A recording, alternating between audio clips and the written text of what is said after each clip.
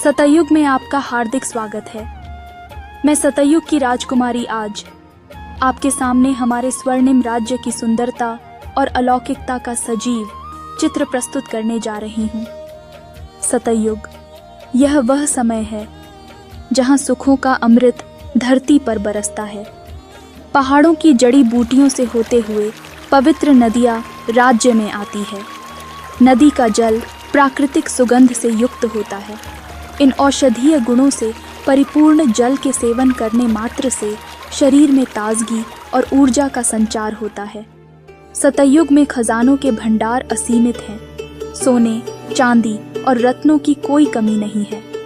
राजमहलों की दीवारें सोने की ईंटों से निर्मित होती हैं, जिनमें हीरे और मोती जड़े होते हैं। यह हीरे ही भिन्न भिन्न कलर के बल्ब का काम करते हैं। दीवारों में लगे विशेष प्रकार के धातु और हीरे रोशनी को रिफ्लेक्ट करती है, जिससे एक ही मोमबत्ती से सारा महल जगमगा जाता है। हमारे राज्य की प्रजा के महल भी चांदी से निर्मित होते हैं और सेवकों के महल संगमरमर के बने होते हैं। यहाँ हर दिशा में प्रेम और अहिंसा का वास है, और यह अहिंसा केवल शारीरिक स्तर तक सीमित नहीं, बल्कि मानसिक और आत्मिक स्तर पर भी है। हर जीव के प्रति करुणा और आदर का भाव हमारे राज्य के लोगों का आदर्श है। यहाँ के रिश्ते आत्मिक होते हैं। पति पत्नी के बीच का प्रेम रूहानी और पवित्र होता है। मुख के बोल का प्यार है। आत्मिक मिलन की मधुर दृष्टि में ही प्रेम अभिव्यक्ति होती है। यहाँ शारीरिक आकर्षण का कोई अस्तित्व नहीं है। बच्चे भी आत्मिक योग शक्ति से जन्म लेते हैं, इसलिए हर व्यक्ति शारीरिक और मानसिक रूप से पूर्ण स्वस्थ होते हैं। सतयुग में ना सजाओं वाला जेल, न गर्भ जेल है। यहाँ पाप ही नहीं होता, क्योंकि विकार ही नहीं है। बच्चों का जीवन आरंभ से ही अपने माता पिता की तरह पवित्रता और दिव्यता से ओतप्रोत होता है। बच्चे स्वभाव से ही शांत और विनम्र होते हैं। उनमें बाल चंचलता नहीं होती, बल्कि वे रूहानी प्रकाश से परिपूर्ण होते हैं। सतयुग में श्रृंगार की बात करूं तो हमारे आभूषण रुई के समान हल्के भिन्न भिन्न प्रकार के ताज और गहने होते हैं। रंग बिरंगे हीरे से जड़ित मुकुट कलरफुल रोशनी बिखेरने वाले होते हैं। लेकिन यहाँ सबके चेहरे पर नेचुरल ब्यूटी होती है। आर्टिफिशियल श्रृंगार की जरूरत नहीं पड़ती है। सतयुग के भोजन के बारे में बताऊं तो मुख्य आहार रसदार और स्वादिष्ट फल होते हैं। ये फल इतने पौष्टिक और तृप्ति करने वाले होते हैं कि उनके सेवन से न केवल शरीर बल्कि आत्मा भी पूर्ण रूप से संतुष्ट हो जाती है। ये फल खट्टा, मीठा और नमकीन सभी प्रकार के होते हैं। इसलिए हमारे राज्य में न शुगर फैक्ट्री की जरूरत होती है, न नमक की। सब्जियां भी पत्तों की नहीं होती, बल्कि फूल और फलों की ही सब्जियां होती है। सतयुग में एक राज्य है, एक भाषा है, और हमारा राजा भी एक है। यहाँ प्रजा का प्रजा पर राज्य नहीं होता, इसलिए न कोई मतभेद है, न कोई विवाद। राजा और प्रजा सब एक परिवार की तरह होते हैं, और राजा सबके दिलों में सम्मानीय होते हैं। सतयुग में राजा 16 कला संपन्न और संपूर्ण होते हैं, इसलिए उन्हें किसी साधु, सन्यासी और मंत्री की सलाह की जरूरत नहीं पड़ती। और सतयुग में कोई साधु, सन्यासी, मंत्री भी नहीं होते हैं। यहाँ हर किसी के चेहरे पर एक प्यारी मुस्कान खिली रहती है, क्योंकि हर मानव का हृदय निर्मल जल के समान पवित्र और आत्मिक संतुष्टि से भरा होता है।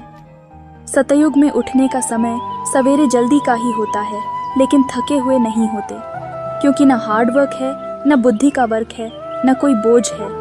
इसलिए जागना और सोना समान है। यहाँ टेप या अलार्म से नहीं उठते हैं, बल्कि नेचुरल पंछियों की आवाज के साथ से ही नींद खुल जाती है। शारीरिक स्वास्थ्य की बात करूं तो सतयुग में हर व्यक्ति ऊर्जा से भरा हुआ अपने शरीर में निरंतर एक अद्भुत स्फूर्ति महसूस करता है। आत्मा और शरीर दोनों पवित्र होने से अंग अंग में खुशबू होती है। सभी लोगों के अंग परफेक्ट होते हैं। कोई लूले लंगड़े टेढ़े बाके नहीं होते। अकाले मृत्यु जैसी कोई चीज का हमारे सतयुग में अस्तित्व नहीं है। शरीर छोड़ने तक शरीर युवा बना रहता है, कभी बुढ़ापा नहीं आता। जब हमारी आयु पूरी हो जाती, तब हम अपने शरीर को छोड़ने का निर्णय स्वयं लेते हैं।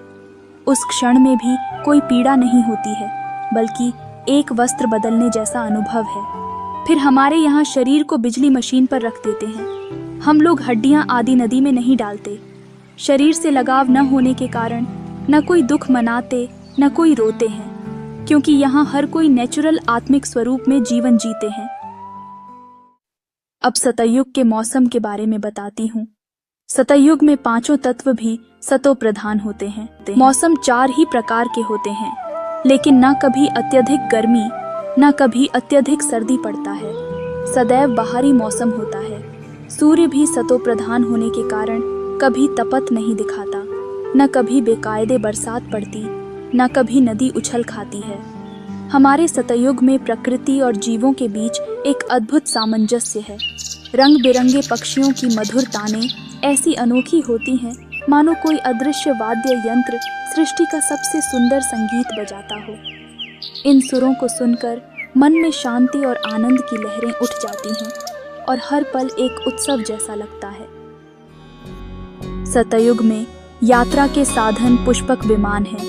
महलों के अंदर विभिन्न आकृति के विमानों की लाइन लगी होती है। विमान फुल एक्सीडेंट प्रूफ होते हैं और इनका संचालन इतना सरल है कि 5 साल का बच्चा भी इन्हें चला सकते हैं। यह सब शुद्ध एटॉमिक और सौर ऊर्जा के आधार पर काम करते हैं। सतयुग में सारा धरती आकाश हमारी होती है। कोई विभाजन या सीमा नहीं होता हैं।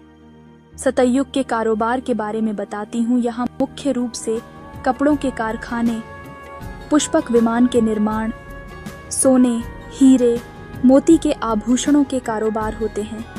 मुद्रा के रूप में अशर्फियाँ चलती हैं। सबके पास अथाह धन है, इसलिए पैसा कमाने का कोई लोभ नहीं रहता। निमित्त मात्र वस्तुओं का लेन देन होता है। फैमिली सिस्टम होता है। प्रजा भी अपने शरीर निर्वाह से पद्म गुणा ज्यादा भरपूर होती है। इसलिए मैं ग्राहक हूँ, यह मालिक है, यह भाव नहीं रहता। स्नेह की लेन देन है। यहाँ हिसाब किताब की बड़े बड़े रजिस्टर नहीं है। सतयुग में हम किसी को दान देते नहीं। यहाँ कोई कंगाल नहीं होते, न कोई गरीब भिखारी होते हैं जिनको दान दे। जमीन भी ढेर होती है। जमीन का कोई भाव लगता ही नहीं।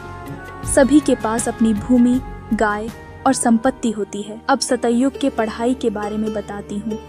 सतयुग की पढ़ाई भी एक खेल खेल में पढ़ते हैं। राजधानी की नॉलेज की पढ़ाई है, लेकिन मुख्य सब्जेक्ट यहाँ की ड्राइंग है। यहाँ छोटे बड़े सब आर्टिस्ट हैं। यहाँ की हिस्ट्री भी संगीत और कविताओं में होती है। सीधी सीधी बोर करने वाली नहीं होती। हमारे राज्य में नाटकशालाएं काफी हैं, लेकिन सिनेमा नहीं है। सतयुग की यह कहानी केवल एक युग का वर्णन नहीं, बल्कि एक आदर्श समाज की तस्वीर है, जहां हर एक आत्मा पवित्र और सुखमय जीवन जीती है। सतयुग का यह राज्य केवल उन्हीं आत्माओं का स्वागत करता है जो पवित्रता और दिव्यता में संपूर्ण हो। आप भी इस युग के लिए अपना पुरुषार्थ करें ताकि इस दिव्य समाज का हिस्सा बन सकें। हमने आपको सतयुग के बारे में संक्षेप में बताया है। आपके मन में और भी अनेक प्रश्न होंगे। उनके उत्तर देने के लिए मैं और कृष्णा सतयुग में आपका इंतजार कर रहे हैं।